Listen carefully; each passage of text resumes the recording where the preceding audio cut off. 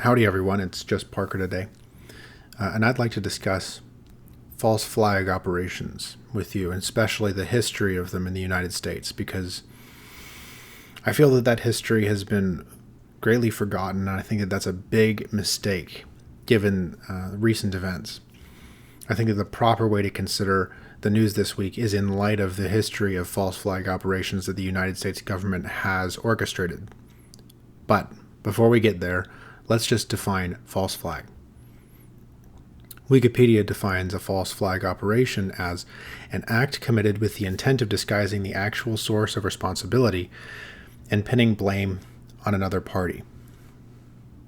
So, to tie that in with the news this week, Tucker Carlson has a special coming out soon that alleges that the January 6th incident was a false flag operation orchestrated by the FBI. This, as you might imagine, has been broadly condemned. The quote that really got me was Liz Cheney. Cheney said, "As Fox News knows, the 6th of January was not a false flag operation." Now here's my problem. The reason that this really stuck with me is because she's so confident. Like, we know it wasn't a false flag operation. How? How do we know that? What counter evidence is there? I mean, those who say that it's definitely, certainly not a false flag operation don't seem to have any particular reason to believe that, except that it's unconscionable to even believe that it could possibly be a false flag operation. Why? Why? The history of false flag operations orchestrated by the federal government are many in number, and certainly on a larger scale than January 6th. Let's just run through them very quickly. Bay of Pigs is a magnificent place to start, probably one of the best known false flags certainly in recent history. If you're not familiar, the Bay of Pigs invasion was an invasion of Cuba that was orchestrated by the federal government and financed, covertly financed and directed by the United States government. But it was, many of the operatives were Cuban rebel forces. The Cuban DRF, it's a Democratic Revolutionary Front.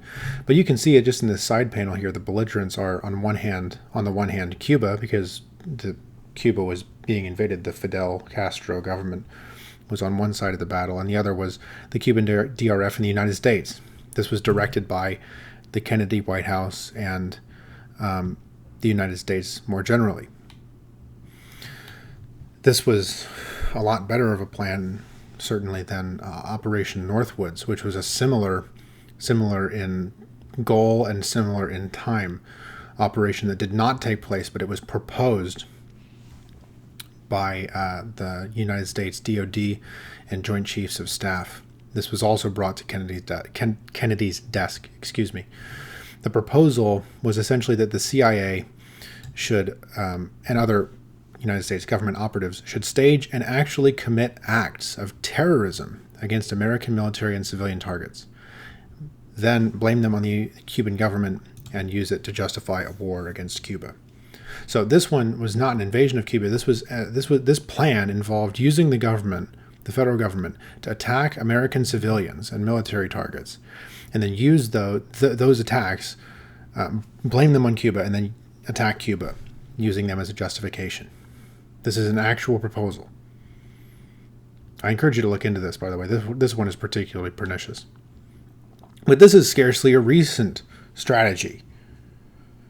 It goes all the way back to the First World War, and really earlier if you want to really dig into the history. But the RMS Lusitania is a magnificent example of an earlier false flag.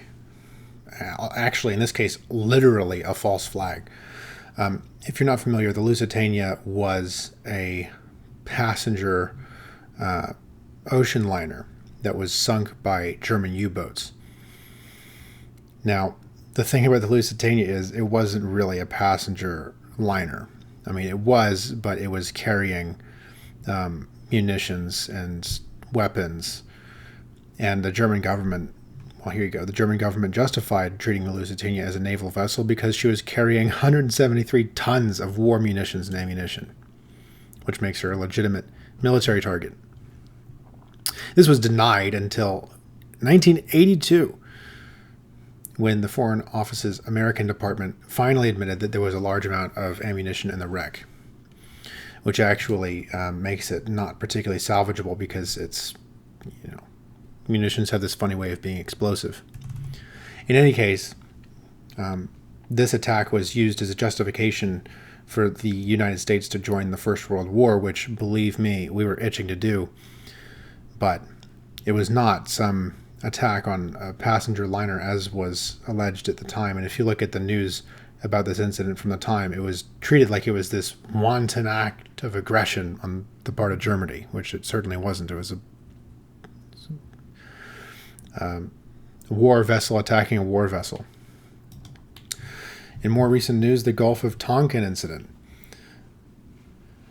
was another false flag attack that was used to justify American involvement in Vietnam.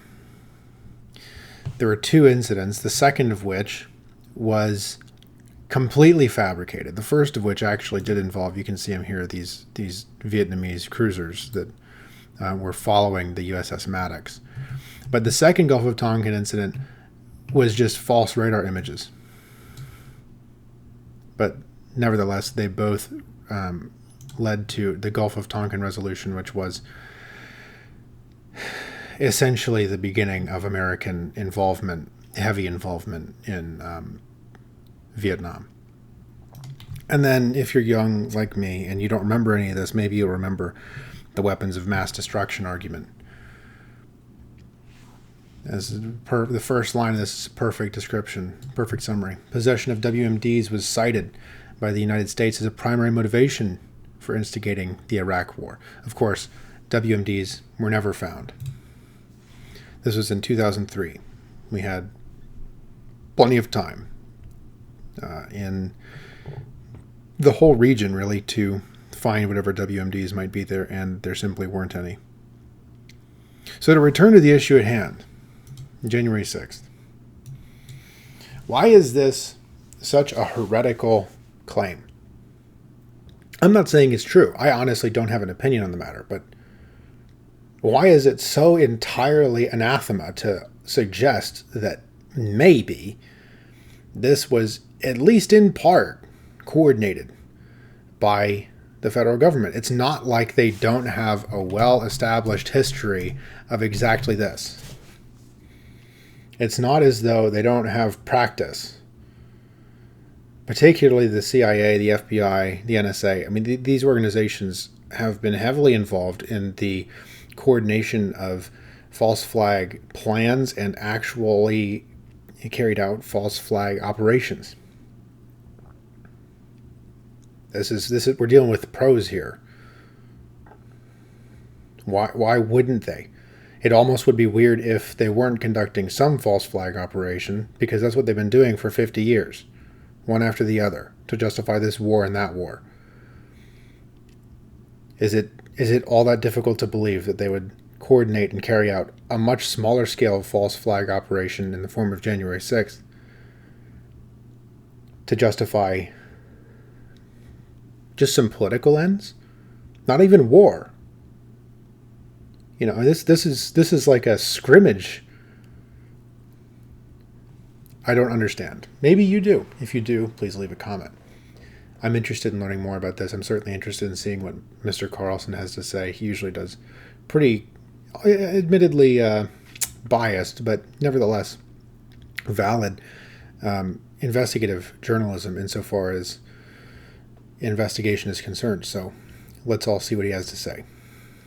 Thanks for tuning in. Don't forget to like, subscribe, and find our podcast wherever you get podcasts at Babel Royale